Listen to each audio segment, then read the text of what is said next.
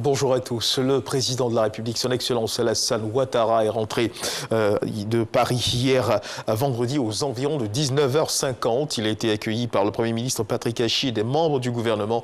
Le chef de l'État était à Paris à l'invitation du président français Emmanuel Macron pour participer au sommet sur le financement des économies africaines durement éprouvées par les conséquences de la Covid-19.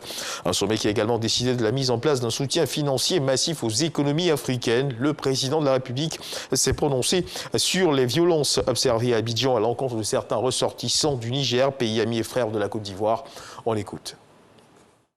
Je voudrais d'abord féliciter le Premier ministre, le gouvernement et le grand commandement pour leur prompte réaction et dire à nos frères nigériens, et comme tous les frères africains et même les populations vivant en Côte d'Ivoire, que la Côte d'Ivoire est une terre d'hospitalité et que ce genre de situation ne devrait plus se reproduire. Je crois que les premières enquêtes ont déjà donné des indications, mais nous poursuivrons.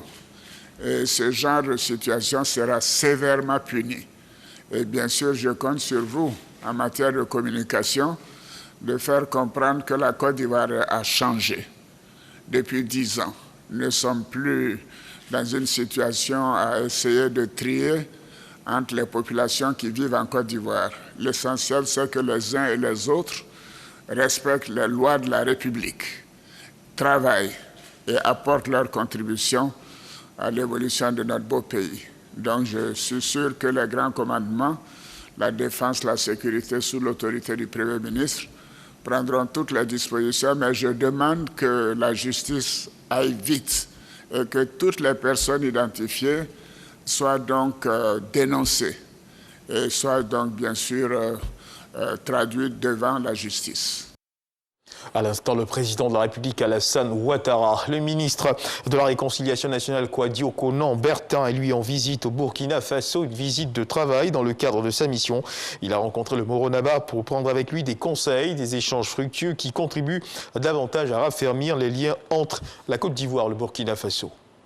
Dans l'actualité internationale, le chef de l'armée nigériane, le lieutenant-général Ibrahim Attaïrou, est mort dans un accident d'avion hier vendredi 21 mai à l'aéroport de Kaduna, dans le nord du pays, alors qu'il effectuait une visite officielle. C'était un acteur clé dans la lutte contre les groupes islamistes et les bandes armées au Nigeria.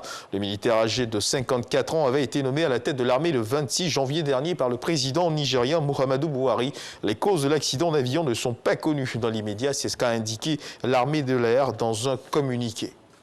Et puis, le Parlement népalais a été dissous pour la deuxième fois en 5 mois. Ce samedi, de nouvelles élections ont été annoncées en novembre, alors que le pays est en pleine crise politique. En plus de la crise sanitaire, les autorités font état d'environ 200 morts par jour du Covid-19 et le pays doit faire face à une pénurie d'oxygène et de vaccins.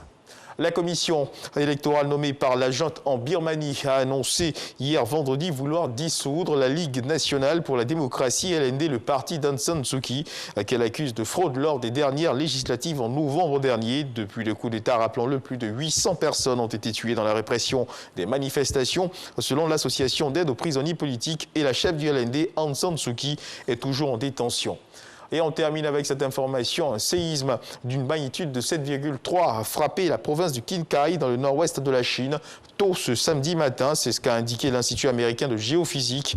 Le premier séisme d'une magnitude de 6,1 qui a frappé la province de Yunnan s'est produit hier vendredi à 21h48. Son épicentre était situé près de la ville de Dali, une destination touristique à une profondeur de 10 km selon l'USGS. Il a été suivi d'au moins 2 répliques.